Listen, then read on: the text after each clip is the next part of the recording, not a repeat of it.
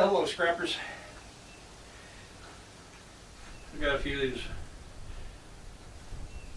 compressors, or sealed, compressors or sealed units, refrigeration compressors.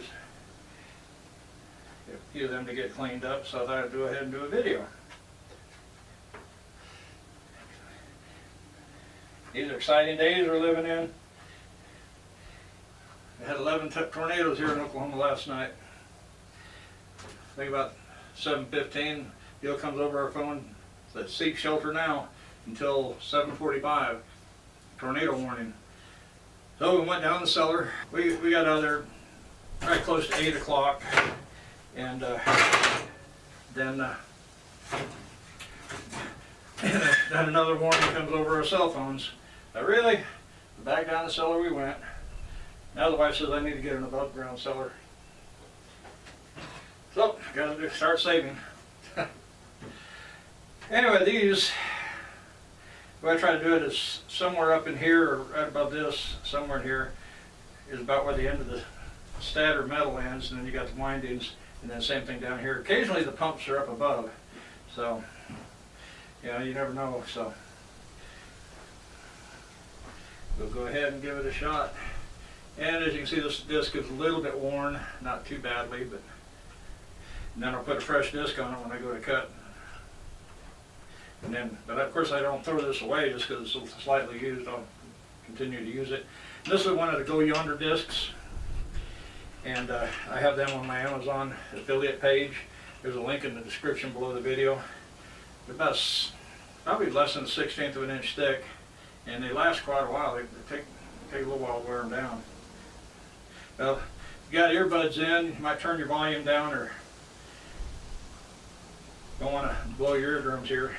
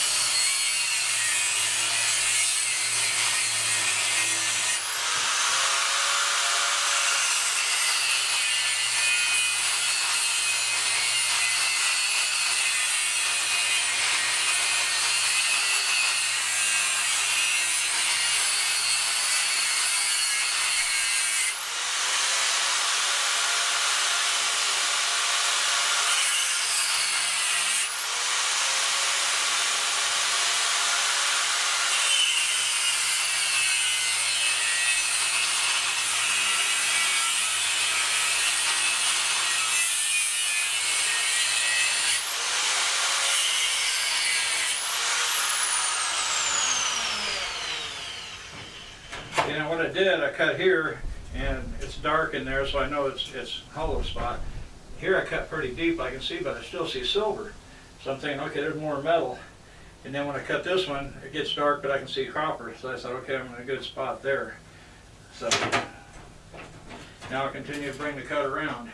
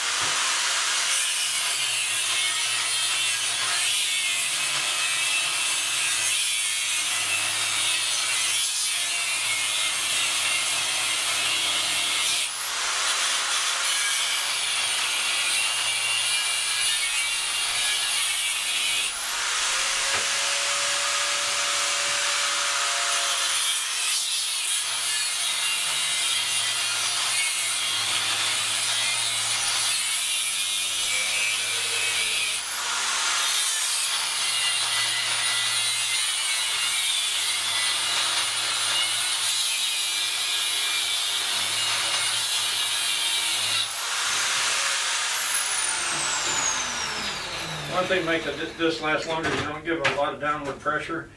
And another thing I've noticed here, you got a weld here, so on this cut here you definitely want to be just a little ways above that weld.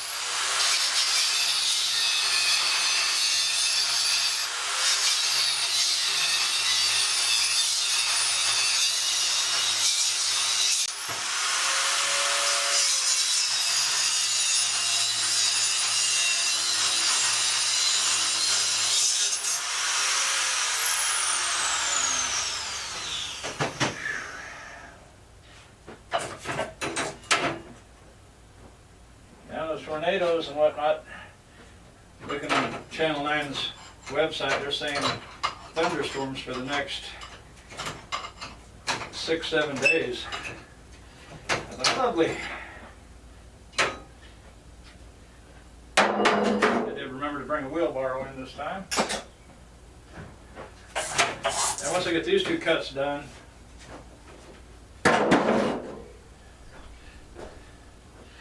of course then you look at it and say, okay, now I'm going to have to cut back about here or here all the way around to get where I can cut about the windings, but I just make two straight cuts this way.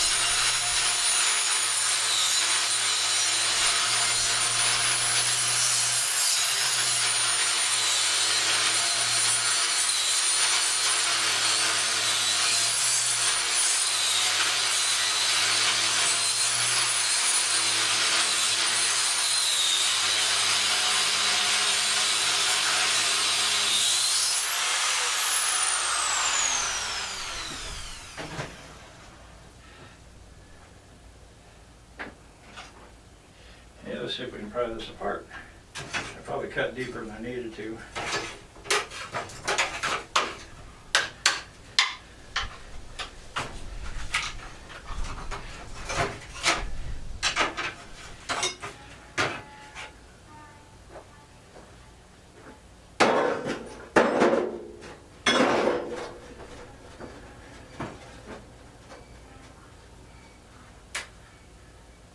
I think that's plastic.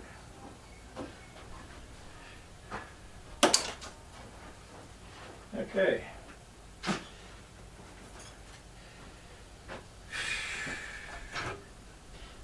Now set my cutting pan aside. That collects all my oil. Get an excess amount of oil. There's a bit in there.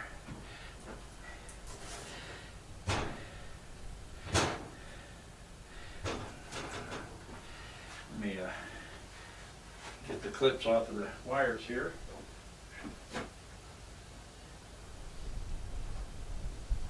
Yeah, it's warm and humid out here today.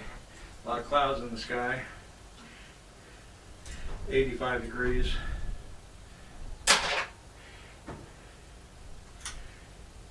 Got a little breeze coming in the south door behind the camera.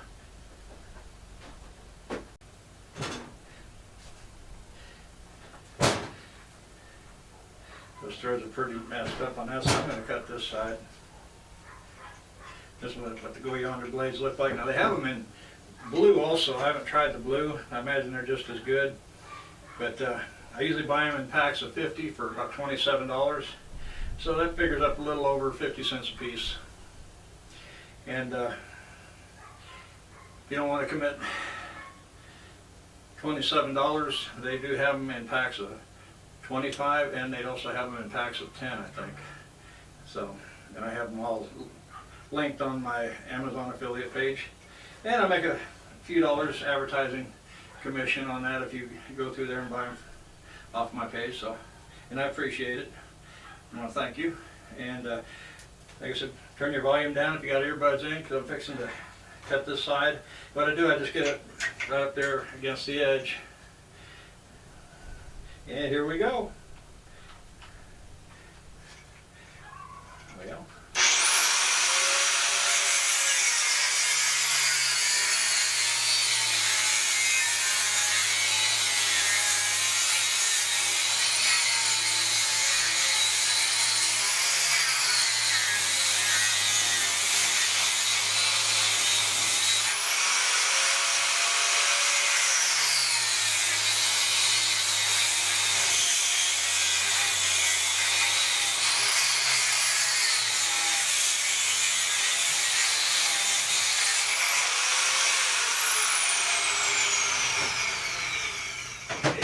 gloves are giving me trouble pushing that switch. I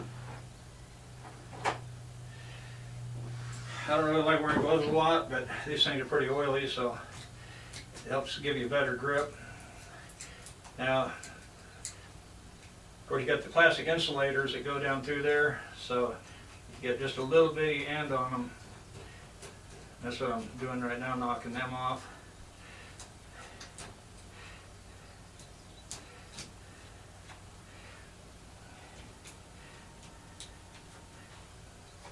Okay, I'm just going to set this one aside for a moment, and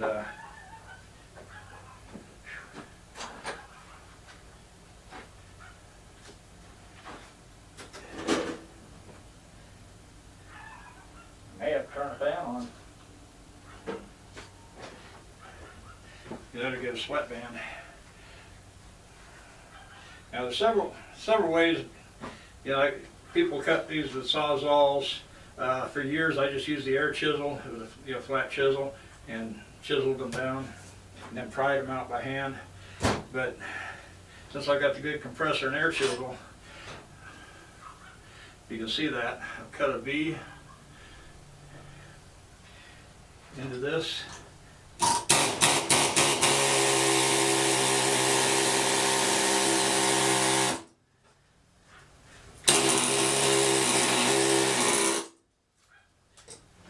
Comes. Okay, let's get a bucket. It's hard to pick anything up even with gloves on.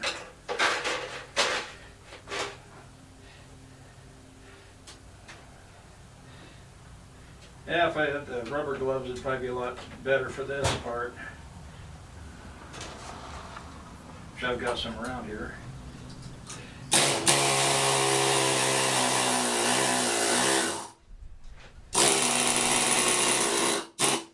Sometimes they don't always come out this easy. Sometimes you have to just take it one little section at a time, especially on the bigger ones.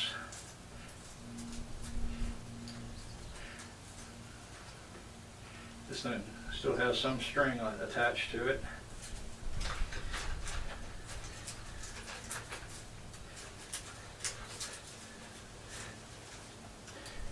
Trying to get all this plastic out of there. Piece of string. Okay, I'm gonna go ahead and take these gloves off. I got grease rags.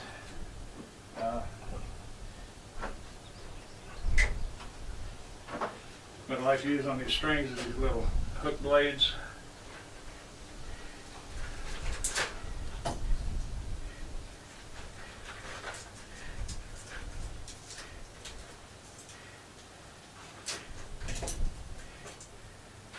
Of course, with any knife, be careful with it. There's a little string in there.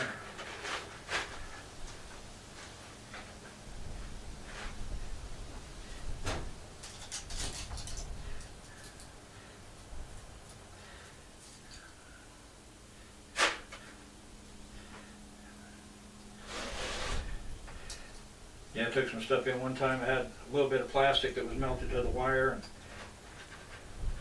maybe some strings, and they threw that out, weighed it separately, and gave me like a dirty copper price, or insulated copper price, something like that. I wasn't real happy because I could have brought it home and melted it, or I could have done it, cleaned it up better. I could have taken wire cutters and just cut the melted, but these things were melted to the wires. I could have just cut that section out, and sold the rest of it for a decent price. So, you live and learn, don't you? So, I learned pretty quick that for that yard, clean it up good, or don't take it in at all.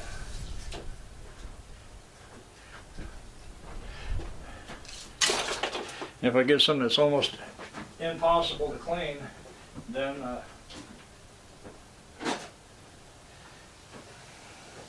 I should just get some floor dry. A lot of times I'll just take floor dry and dump it up here and work it in. Okay, then this piece, what I usually like to do is look it over, find the place where you got a whole bunch of wires together in one spot, and then cut it right there, and maybe just a little bit on each side. And then what you want to do is find a loose end that you can just pull like this.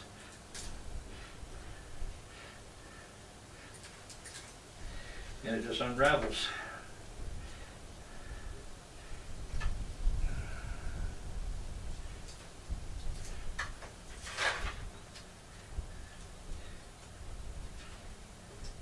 And I just noticed that I've got the camera turned around backward, or the microphone turned around backwards on the camera. So I don't know if you guys are able to hear me or not. I think so. I need to start unplugging the external mic when I'm in here anyway.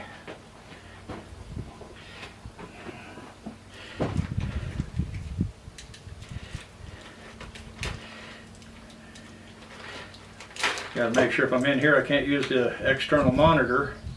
With the external mic I get the feedback, the buzzing. I can use the external monitor or I can use the external mic, one or the other, but not both at the same time.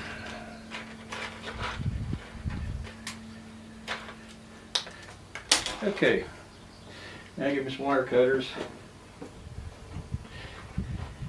Clean this up. I might go ahead and get a bite to eat here in a few minutes and then come out maybe and do a few more of these. Try to knock out 2 or 3 more. Try to get them knocked out before the storms hit.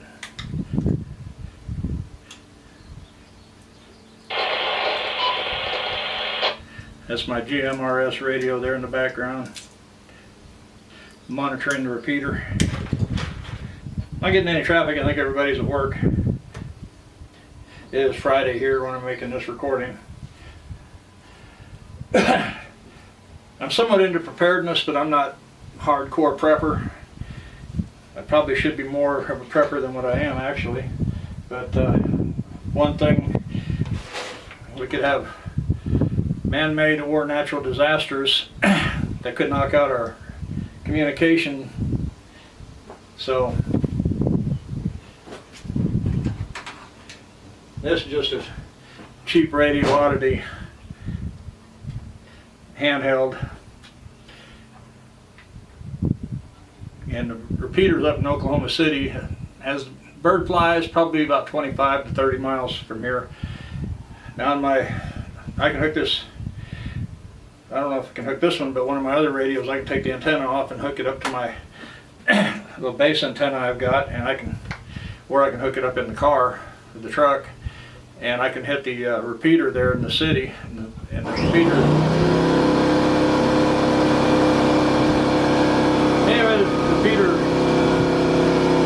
is up high enough, strong enough that it puts the signal out about 50 miles. Okay, we can shut that thing off.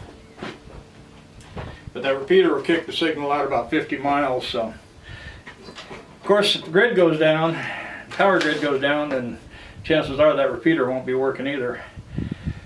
And I hooked the base station up to my base antenna, or hooked one of these handhelds up to my base antenna, and I had one in the truck. I went into town to the grocery store, had a good signal, went maybe another mile north. As soon as I got over the hill, I lost signal. Of course, we're talking about 5 watts of power, on the handheld each way. So, and with GMRS, you can go up to, I think, 50 watts of power. Unlike CB were, 4 watts. And GMRS, you do need a license, but there's no test. You just go on there, pay the $35, they give you a call sign, and you're good to go. And my call sign is WRKV 263. Yeah, WRKV 263. And the things they're doing with radios nowadays is just really amazing. You can talk with radios over the internet and talk around the world. So that's pretty neat. Well, let's get a weight on that copper and see what we got. I know the bucket weighs about 3 ounces. Actually a little over. I got 3 pounds, 2 ounces, 2 ounces 0.2. So bucket weighs like 3.3.